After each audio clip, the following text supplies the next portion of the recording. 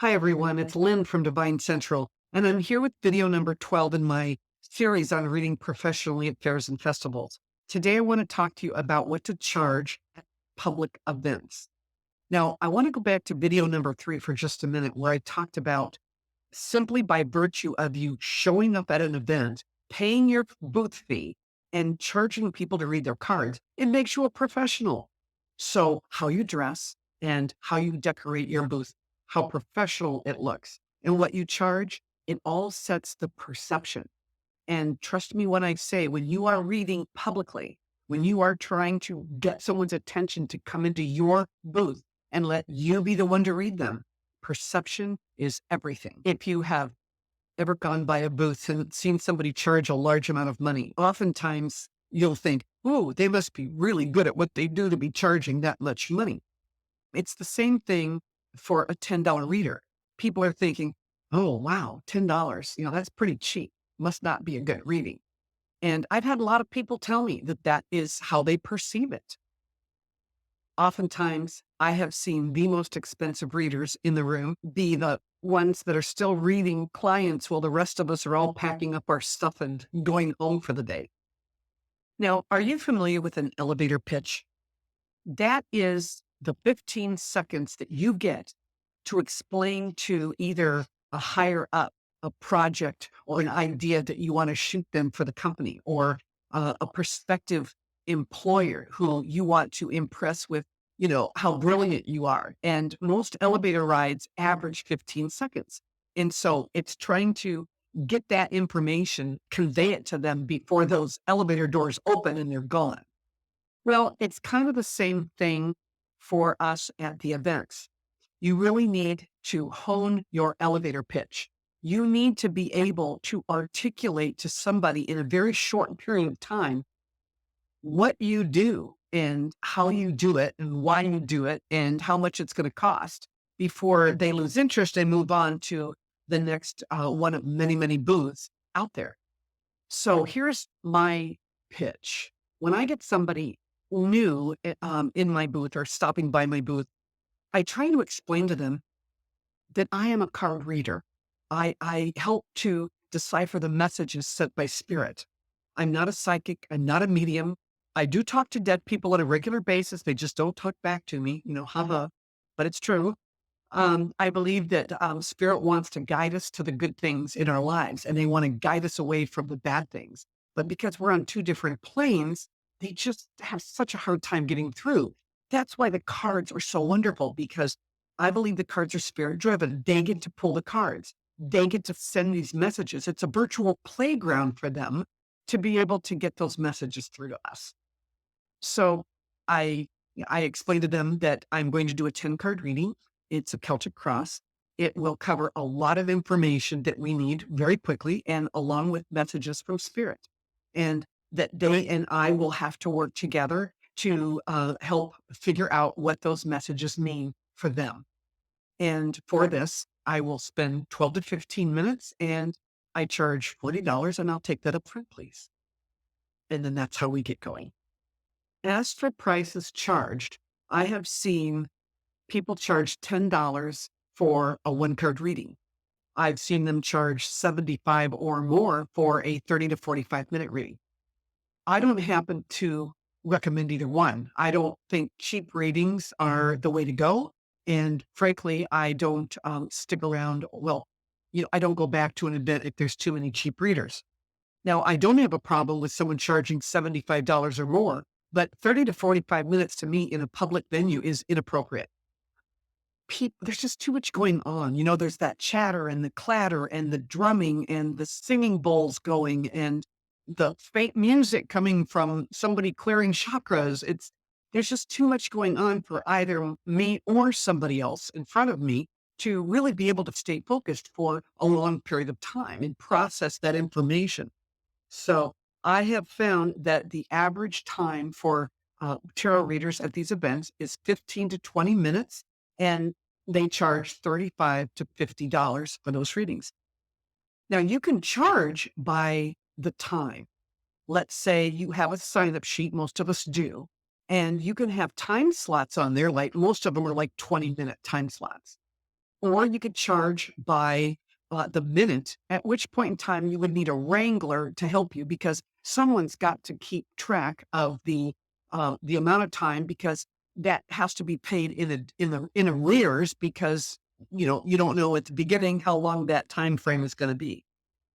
You could also charge based on the spread. That's kind of what I do. I mean, I have a 10 card spread that I charge $40 for, and I collect the money up front. And if it takes 8 minutes or if it takes 15, then it takes what it takes. I've never had a problem with anybody not going a full 15 minutes. I just tell people it's up to 15 minutes. You could charge by the question. I have seen people literally charge $50 for 3 questions. That's also a possibility. But I want to say this as a rule of thumb, if you're new, whatever price point that you've got in your head, charge $10 more and you'll probably be right in line with where you need to be. Get out of your comfort zone because just, money it's a tough thing to try to decide what to charge. Now, I like price sheets. I do colorful price sheets, laminated. I keep several with me at all times. And when I am at a new event, I will walk the room right before the event starts, before I put my price up, see what everybody else in the room is charging, and then I will come back and pull the price sheet that is appropriate for that event. If you're new at it, I strongly suggest that you try to stay between the halfway average point and in the highest reader. Try to be somewhere in the middle in that upper tier. Now, you can use a tabletop chalkboard sign from Hobby Lobby. They have a bunch of different ones.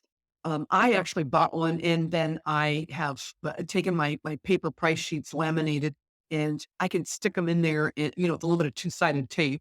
And then they sit up right on the table just fine. I do want to share this with you, and I hope that this sticks. The more serious clients will almost always pay more to get more. Those who are deciding which ones to hire mainly based on the price, they are not going to be your long-term clients. And just remember, the less people pay for something, the less they value it. And the less they value something, the less they are likely to come back.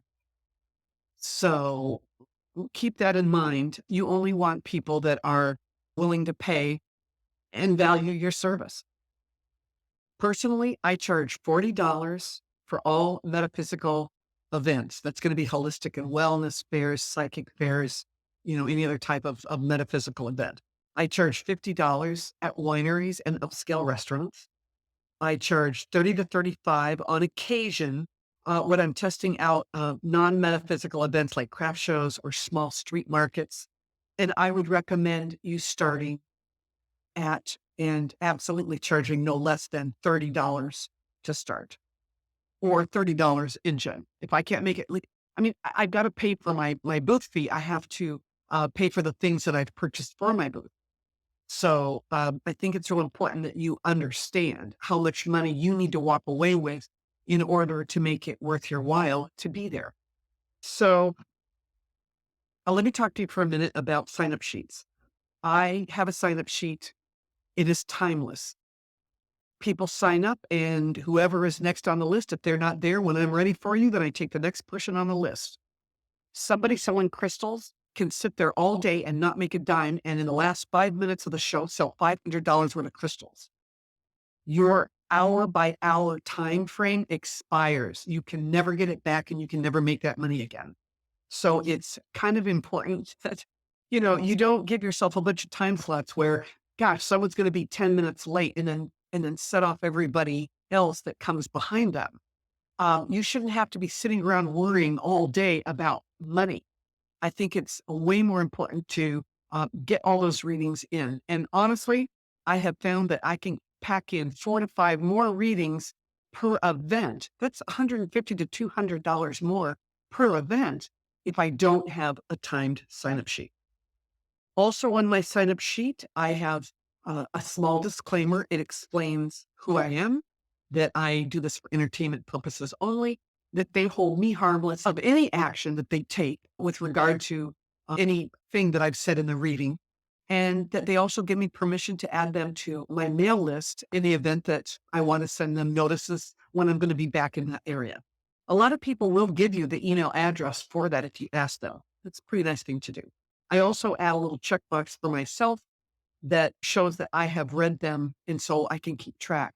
And then I do all my math at the end of the day, all the things that I keep track on, which I think I've told you in a different video on the finances, but I keep track of all that on the back of this photo sheet. And then I put it in my tax file so that I know where I'm at the end of the year. Now, I do like to carry, well, I do like cash. We all like cash, but I need to carry cash too. If you're going to do, $35, $45 readings, you need extra fives. If you're going to do 30 or $40 readings, you're going to need extra tens. I carry $150 because inevitably someone is going to come up and hand me $100 bill for a $40 reading. And I want to make sure that I have enough, change in my coffers for everybody. You can also use credit. You can get away in the beginning without using credit, but you're going to cut yourself short. I use a Square. I like Square. They're really easy to work with. These swipers, right, that you swipe the card with, that you stick in your phone are free. The card readers are encrypted and they're $50 or they were. I don't know what they are now. I paid $50 and I can cap it or stick it in.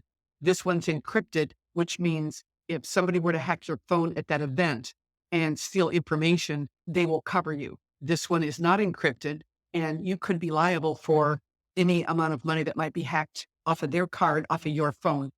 It's the cheapest insurance that you can afford, trust me. So I would definitely consider getting a Square. All right, let's talk for a minute about spreads. You really do need to hone in your time frame. You need to try to practice so that your readings are about 10 to 12 minutes because they'll go over, from there. I have a particular spread that I like and I know really, really well, which is the Celtic Cross.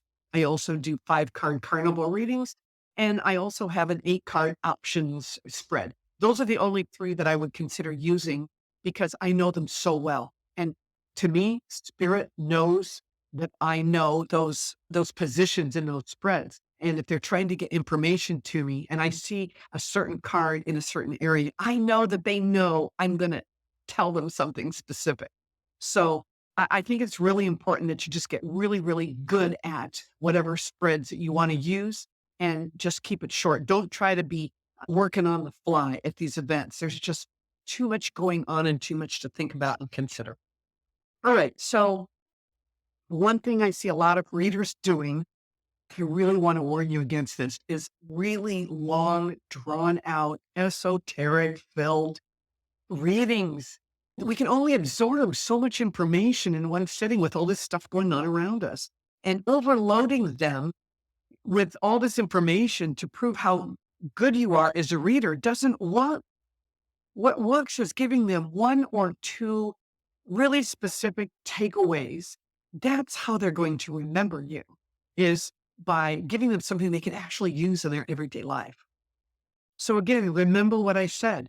You paid your fee. You deserve to be there. You deserve to make as much money as everyone else.